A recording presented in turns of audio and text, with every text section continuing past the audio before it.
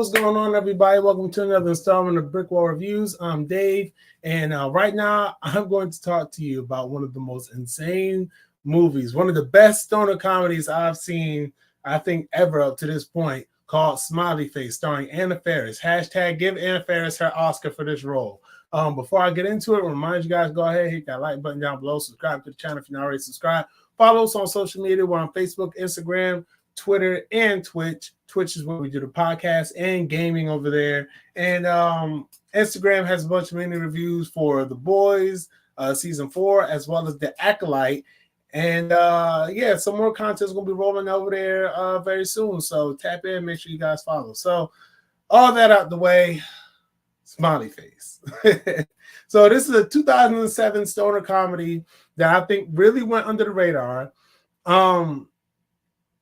Mostly because I hadn't even heard of it either. This came out post Harold and Kumar, so I guess, you know, maybe a lot of people didn't hear about it. It stars Anna Farris. Anna Farris is the white girl who played Cindy in the Scary Movie franchise. Yes, her. She is starring as darn it, I forgot the main character name already. So as soon as I get you that, hold on. So Jane, that's what it is. Of course it would be Jane. Oh, Mary Jane's about stoners. But anyway, so yeah, Anna Faris plays Jane in what might easily be her, like, the role that she embodied, the role that she, like, if you think it's Cindy from Scary Movie, which is fair if you think it's Cindy from Scary Movie, but you gotta see this movie. You gotta see Smiley Face and you gotta see Jane, because Anna Faris, I don't know, she was the comedic force in this movie. So the movie follows Jane, who is a struggling but perpetually stoned actress who has a busy day ahead, right? Excuse me. She has several important tasks on her list, including buying more marijuana. Even though she already has a good start on the day's planned drug use, something I'm not going to say exactly what happens. Well, no, I can say it. She eats her. No, I'm going to save it. Something happens, and she embarks on a series of misadventures all over Los Angeles. Okay, so I'm going to tell y'all what it was that happened, right? But first, walk with me for a second. Let me walk you through this movie, right? So this movie opens up in the craziest way possible. She is on a Ferris wheel. And you hear, it was a voice. What was the actor? Roscoe Lee Brown was narrating to her what was going on. And she's sitting there listening to the voice, and that's when she realizes she's high. And that conversation is happening in her head. And it's not that she realized it, it's the voice says it. And it's, man, the opening of this movie is by far so hilarious. It's just hilarious. The opening of this movie is hilarious. So then you get the flashback. How did she end up on this Ferris wheel? So you go all the way back, you get to learn that, yes, Jane is a heavy stoner. All she does is sit around, play video games, and smoke pot. And that's all she does. She gets high as a kite. But what happens one day while she's a little stoned, may I say, I don't know why I said that, but while she's high, she goes and she eats these brownies. Oh, no, these cupcakes. She eats these cupcakes. Y'all already see where this is going. She eats the cupcakes that her roommate left in the refrigerator. And by the time she gets down to the last cupcake, it was an entire tray of cupcakes.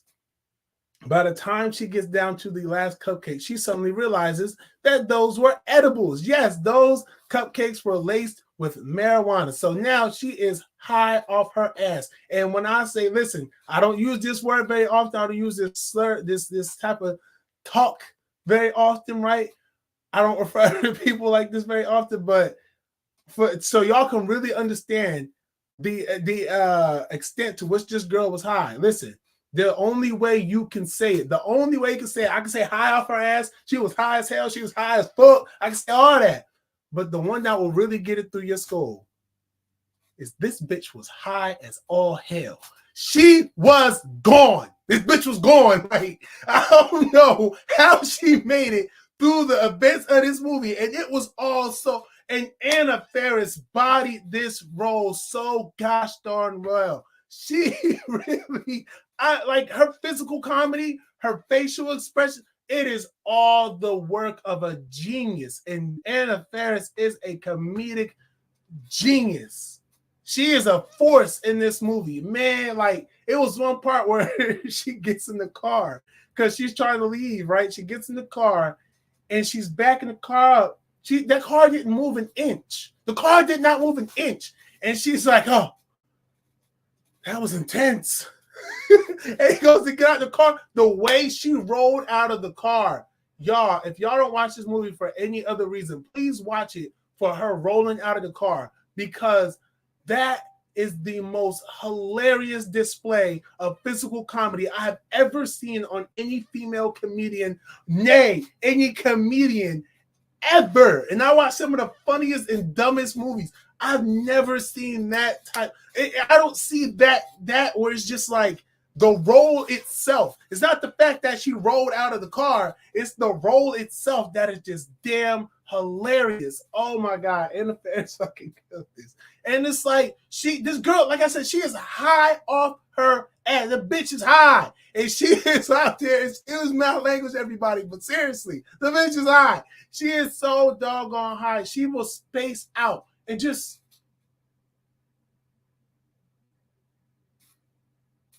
like she is going. Like it was one part where she's like, you hear the music playing, it's like a crescendo of music playing, nice little orchestration playing. She's just standing there, just like staring at the sky. She starts spinning around, and she's just like standing there, and somebody goes, Jane, are you okay? And she stops, she looks at the dude, clearly high as all hell, and goes, I have no idea where I am right now. Yo, I was like, yo, she is gone. She like, and that's not the only time. Like, she'll sit there and she will completely zone out. Like, again, she's it's gone.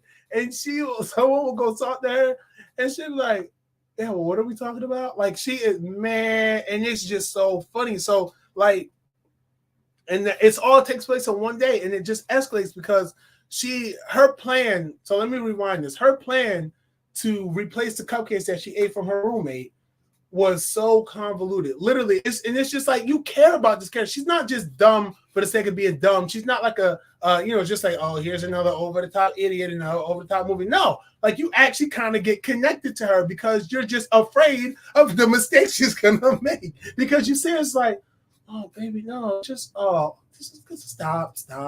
Just come back. All she needed was some type of friend to be there and just wrangle her ass in. Like, yo, hey, okay, I see you got a plan to fix this, but how about you switch these two steps around and you're good. Like, she goes to buy more weed to make more of the cupcakes. It almost sets her house on fire. Then to buy the weed, she uses the money that was left for the light bill and then says she's going to sell some of the weed to replace the money that was used to pay the light bill that she used to buy the weed. And I know it's like, why is that so funny? But when you see the context and how she comes up with that plan, you're going to be like, oh, come on. Like, and she ends up taking a communist manifesto and at the end of the movie, this is no spoiler because it's in the trailer. If you watch the trailer for the movie, it's in the trailer. And so I'm not spoiling anything, but I'm just going to say throughout everything that happened in that movie, she ends up having to do community service. I'm not going to name the exact sentence because I want y'all to see like how that, but just know she does end up doing community service at the end, by the end of the movie, by the end of all this that happened. I mean, and this girl, like, it was even one part where she's calling people trying to get like a ride somewhere. And at one point, she's calling one girl, she's leaving a message. She goes, oh my gosh, I am so high right now. You just wouldn't believe it. This is incredible. Oh my gosh. I just don't know. But okay, thank you. And it hangs up, right? And then calls someone else and says, wait, who is this again? Yo, like, it's just Anna Faris, like, and it's the character of Jane alone is just like such a complex character because even one part, you can see the complexity of her when she's sitting next to someone and she looks at them and goes, have you ever thought about changing the trajectory of your life? And then they have a conversation about that. She goes, I've been thinking about changing the trajectory of my life lately. And it's just like throughout all of the comedy, throughout all of her being high, throughout all of the misadventures she has throughout the day, that moment, it adds so much gravitas to her character. I forgot his ethos, pathos, something, whatever one of those. It adds it to her character so strongly. And it's just like, that's when she became a full character for me. Because I'm like, yo, there's something else there. Like, she's not just like a goofy fuck up. She's not just you know what I'm saying? She's not like a worthless person. She's not like unambitious. They don't really go into her life. But you see, just in that moment, you see like, like what brought about that question? What about the trajectory of your life currently, outside of being a massive stoner, is something that you feel, hey, I need to change the trajectory of this. I have to do better. And you can see that, and all that is conveyed through like just the acting on Anna Faris in that moment. And I absolutely love it. Like I thought it was so dope. I like this movie a lot. Could I see them doing a remake or something of this?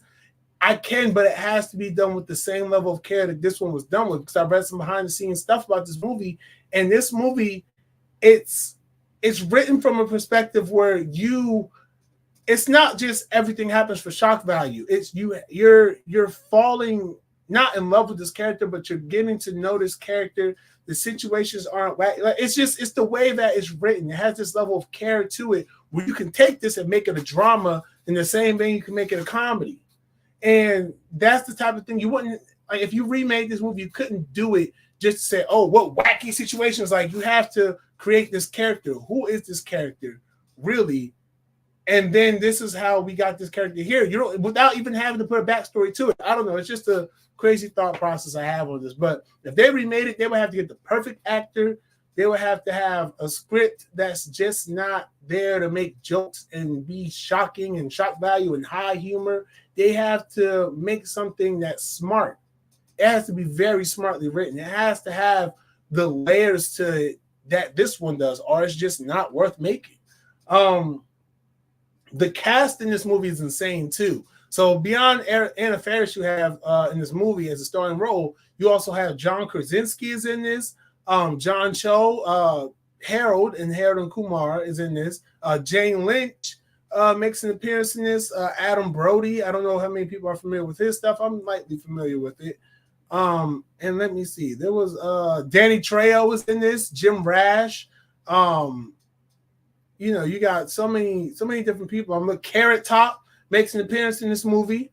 So you do have like such a large cast of people. Even Natasha Williams as well.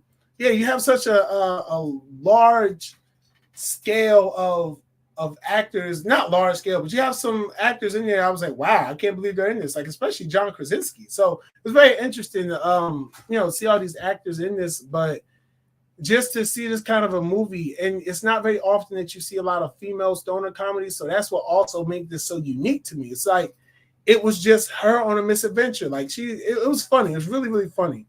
One more thing, there is a part in this movie where she was out of breath and she was breathing and she was like,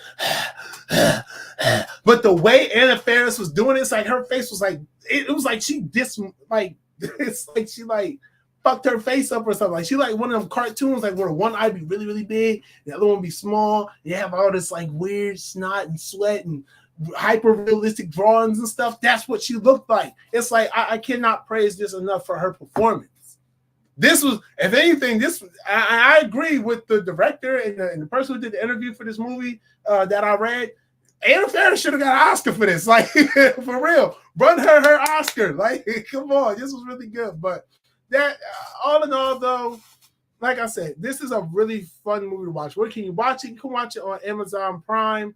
It's now available to stream there, and it's also on Tubi. So make sure you check it out there. Critically, I'm trying to see what this movie has on a critical level. What did the critics say about this movie? It has a 5.8 out of 10 on IMDb. There is no Rotten Tomato score that I see right now. Let me see.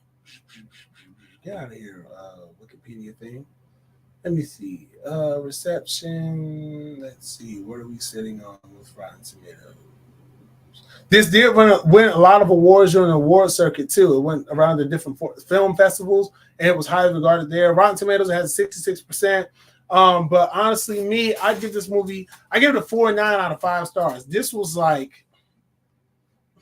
good movie. I really enjoyed this. I love it. The score, the way the characters, like at one point you like I say, you start to care for this character, like, oh my gosh, baby, just sit down for like 5 minutes. Like, sit down, yo. Can somebody travel with her? Can someone go and give her a cell phone or something? Please help her. Like, or something, please, somebody just walk with her. Like, you, and it's just a very, very fun movie. I enjoyed it, and it's not even that long. It's like an hour and 30 minutes long, I think.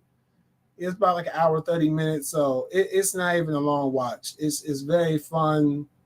It's a good movie. So hour 28 minutes, not even the 4 hour 30. So yeah, so give it a watch. Smiley Face, like I said, I give it 4.9 out of 5 stars. You can now watch it on Tubi, and watch it on Prime Video as well.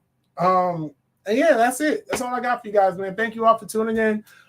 Make sure you hit that like button down below. Subscribe to the channel if you're not already subscribed. If you enjoyed this review, leave a comment down below. Let me know. Did you ever watch this movie? Do you think this was a performance worthy of an Oscar from Miss Anna Farris? Or do you think Cindy will always be her defining role? Let me know down in the comments. Follow us on Instagram. Follow us on Facebook. Follow us on Twitter. And follow us on Twitch. And until next time, y'all, be easy, stay breezy, don't get too stoned.